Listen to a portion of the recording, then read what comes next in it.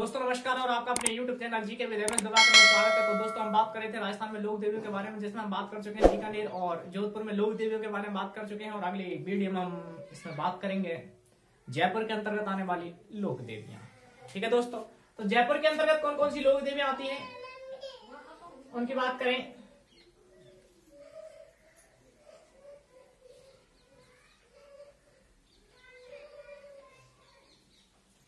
तो देखो दोस्तों, जयपुर के अंतर्गत कौन कौन सी लोक देवियां है ना।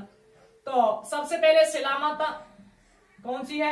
शिला माता, शीतला माता, शीतला माता, जमवाय माता, जमवाय माता, शाकंभरी माता। शाकंभरी माता को देवी यानी तीर्थ वाली है भैया, तीर्थों की नानी शाक।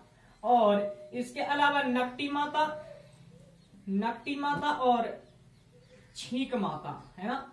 ये छींक माता, छींच नहीं है भैया, छींक माता है जो जयपुर में ही है। एक छींच है, छींच जगह है वो आपकी एक बांसवाड़ा में है और जहां पर ब्रह्मा जी का मंदिर स्थित है। तो इनमें से हम सबसे पहले देख लेना एक बार, शिला माता, शीतला माता, जमवाय माता, नकटी माता, शाकंभरी माता और एक छींक माता। ये मंदिर है जो कहाँ है या देवियां हैं जो जयपुर के अंतर्गत आती हैं। अब इनमें से हम एक एक करके बात करेंगे दोस्तों। सबसे पहले शिला माता की बात करते हैं। कौन सी है भैया? शिला माता। शिला माता या शिला माता है भैया।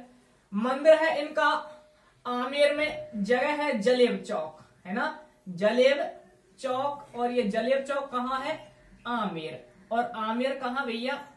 जयपुर है ना, आमेर जयपुर। आमेर दुर्ग को यूनेस्को की विश्व विरासत की सूची में शामिल किया गया भैया। 2013 में नवंबर में जो बैठक हुई थी उसमें आमेर दुर्ग को है ना। तो आमेर में शिला माता का मंदिर है और वो कहाँ है? जलेब चौक में। ये शिला माता है वो आमेर के शासकों की या जयपुर के शासकों की, जयपुर के या आमेर के कछवाहा शासकों की क्या है? कुल देवी, कछवाहों की कुल इष्ट देवी है ना। इष्ट या इष्ट का अर्थ दूसरी शब्द और ले सकते हैं, आराध्य देवी। दोनों भैया एक ही शब्द है ना, अलग अलग नहीं है। अगर कुल देवी की बात आती है तो कुल देवी कौन है? जमवाय माता इनकी कुल देवी है। तो दोनों चीज अलग अलग है, कुल देवी और इष्ट देवी। तो इसके अलावा शिला माता। अब इनके मंदिर की बात करें भैया तो मंदिर तो है ही है, लेकिन ये यहाँ पहले नहीं था। कब नहीं था? महाराजा मानसिंह फर्स्ट से पहले नहीं था। यानी कि कौन लेके आए? तो फिर कोई लेके आया है। तो जब मैं बात करूं महाराजा मानसिंह से पहले नहीं था फर्स्ट से, तो महाराजा मानसिंह के समय से है। तो महाराजा मानसिंह ऐसा कहा जाता है, ये जयपुर के शासक महाराजा मानसिंह अकबर की सेना में थे है ना। 7,000 मनसबदारी इनको प्राप्त थी मुगल सेना में। तो ये कौन? मानसिंह फर्स्ट आमेर के शासक थे भैया, मानसिंह फर्स्ट। ये उस समय यहाँ बंगाल की सूबेदारी इन्हीं के पास थी है ना, बंगाल की सूबेदारी। तो यहाँ बंगाल का कोई शासक था जिसका नाम था भैया केदारनाथ। क्या नाम था? केदारनाथ या केदारगिरी है ना, ऐसे करके नाम आता। तो कहा जाता है केदारनाथ के पास ये मूर्ति थी किसकी? शिला माता की। और ये केदारनाथ कहा जाता है शिला माता की क्या करते थे? पूजा करते थे। और ऐसा इनके बारे में ऐसी मान्यता है कि जिस देवी के पास वो जिस व्यक्ति के पास ये रहेगी और जब तक वो लगातार इसकी पूजा करता रहेगा जब तक कोई इसको जीत नहीं सकता है, यानी कि उस शासक को कोई नहीं जीत सकता। तो ऐसा कहा जाता है कि मानसिंह फर्स्ट इस केदारनाथ की जो पूजा पद्धति है उसमें विघ्न पैदा किया और विघ्न पैदा करके तब इस केदारनाथ को पराजित किया। केदारनाथ को पराजित करके शिला माता को कहां लेके आए? अपने जयपुर में लेके आए। कहां स्थापित करवा दी? जलेब चौक आमेर में स्थापित करवा दिया। तो यहाँ इनका मंदिर भी बनवाया इन्होंने। इनके अलावा और बात करें भैया, इनके मंदिर में संगमरमर का काम। हाँ, एक मान्यता और है इनके बारे में। वो मान्यता क्या है कि कोई लोग ये कहते हैं कि ये काले रंग की कुछ ऐसी मूर्ति थी जो समुद्र में पड़ी हुई थी और वहां से उठा करके कौन? मानसिंह फर्स्ट जयपुर ले आए और यहाँ मंदिर बनवा दिया। ठीक है ना। तो दो मान्यताएं हैं। अब हम नहीं कह सकते कौन सी सही है कौन सी, लेकिन आपको पढ़ने के लिए दोनों मान्यताएं जरूर मिलेंगी। तो मानसिंह फर्स्ट इनके मंदिर पर जो कलात्मक संगमरमर का कार्य किया है ना, कलात्मक संगमरमर का कार्य वो मंदिर में है ना, वो मानसिंह, ये तो फर्स्ट ने मंदिर बनवाया है और द्वितीय ने ये दूसरा काम करवाया, ठीक है ना। मानसिंह द्वितीय जो जयपुर के अंतिम शासक भी हैं, है ना, जो राज प्रमुख बने थे चौथे चरण में, तो वही महाराजा मानसिंह द्वितीय। इनके अलावा इनके मंदिर की बात करें भैया तो एक स्पेशल विशेषता आती है इनकी कि शराब का प्रसाद बांटा जाता है। और आपसे कहा जाए शराब का प्रसाद वो कहाँ बांटा जाता है, किसके मंदिर की बात है, तो भैया वो शिला माता के। और इसके अलावा इनके मंदिर में पहले नरबलि दी जाती थी, ऐसी मान्यता थी भैया, है ना। क्या दी जाती थी? नरबलि। नरबलि के बाद में फिर देने लगे भैया छाग बलि, है ना। क्या देने लगे? छाग बलि। छाग बलि क्या होती थी भैया? बकरे वगैरह की बलि दी जाती थी, है ना, बकरे की बलि, ऐसा कहा जाता है, बकरे का कान वान चढ़ाया जाता था, है ना, वो थी छाग बलि। लेकिन अब ये जो दोनों थी नरबलि और छाग बलि, दोनों पे सरकार ने क्या लगा दिया भैया? प्रतिबंध लगा दिया। दीज एक्टिविटीज प्रोहिबिटेड, है ना, क्या लगा दिया? प्रतिबंध लगा दिया, अब नहीं होता है भैया। तो ये थी कौन? शिला माता। दूसरी पढ़ेंगे हम अगली माता शीतला माता। एक चीज याद रखना, यहां से क्वेश्चन बन सकता है, यह कहानी से जरूर लगती है लेकिन यहां ये कहानी में क्वेश्चन है, इस चीज को जरूर याद रखना, क्योंकि ये यहाँ से केदारनाथ नाम आ सकता है, जरूर पूछा जाएगा किसी न किसी एग्जाम में। किसको पराजित करके लाए? केदारनाथ को पराजित करके, या केदारनाथ के यहाँ से लेके आए थे कौन? मानसिंह फर्स्ट लेके आए थे। तो दोनों का नाम भी याद रखना, कौन लेके आया, कहां से लेके आया, ये चीज भले कितनी मान्य है नहीं है लेकिन क्वेश्चन जरूर निकलता है। तो कोशिश करना दोस्तों यहाँ याद रखने की। तो इसके अलावा दूसरी है भैया शीतला माता। छागबली, नरबली, ठीक है ना। इसके अलावा दूसरी आपकी शीतला माता, यह भी इंपॉर्टेंट है दोस्तों। शीतला माता, शीतला माता की बात करें तो इनका जो मंदिर है वो जयपुर वाली देवियों की बात करें भैया, ये ना, तो ये है चाकसू जयपुर। चाकसू जयपुर में इनका मंदिर है। माधो सिंह के द्वारा इनका मंदिर बनवाया गया था, है ना, याद रख लेना थोड़ा सा, महाराजा माधो सिंह के द्वारा। इसके अलावा ये और क्या चीजें देखो, थोड़ी सी कहानी है, इनके उपनाम जरूर पढ़ लो। चलो उपनाम देख लेते हैं ना। उपनाम, उपनाम चेचक की देवी, चेचक की देवी, बच्चों की संरक्षिका, बच्चों की संरक्षिका, शांत करके, बच्चों की संरक्षिका। अगली है सैढल माता, ठीक है ना। एक है भैया बोदरी माता, बोदरी माता। चलो बहुत है ना। चेचक की देवी, बच्चों की संरक्षिका, सैढल माता है, बोदरी माता एक है ना, ये इनके उपनाम है। अब आप देख रहे हो भैया कि ये शीतला माता हत कौन सी है। तो शीतला माता आप गांव में देखा होगा कि बच्चों के उनके वो निकल आते हैं, कहते हैं माता निकल आई, है ना, कहते हैं ना माता निकल आई। तो वो माता होती है भैया, जैसे पूरे शरीर पर फुंसी सी निकल आती है, वो माता होती है। तो वो जो रूप माना जाता है वो किनका रूप माना है? वो शीतला माता का रूप माना जाता है कि वो क्या निकला है? शीड़ मैया, है ना, सीधा गांव बोल देते शीड़ मैया। तो वो शीड़ मैया ही क्या है? शीतला मैया है ना, ध्यान रखना। इनका जो प्रसिद्ध मंदिर है वो कहाँ है? चाकसू जयपुर में। तो थोड़ी सी मैं कहानी बता दूं यहाँ इसके बारे में कि ऐसा कहा जाता है शीतला माता, देखो जो पूजा जाता है वो बास्योड़ा बनाया जाता है इस दिन, है ना। शीतला माता की जो पूजा की जाती है वो किससे की जाती है भैया? बास्योड़ा से की जाती है, बास्योड़ा से पूजा जाता है। बास्योड़ा कब आता है भैया? ये बांसुड़ा आता है चैत्र कृष्ण अष्टमी के दिन, जिसे शीतलाष्टमी भी कहते हैं, है ना। चैत्र कृष्ण अष्टमी को और क्या कहा जाता है? शीतलाष्टमी के नाम से भी जाना जाता है ना, शीतलाष्टमी।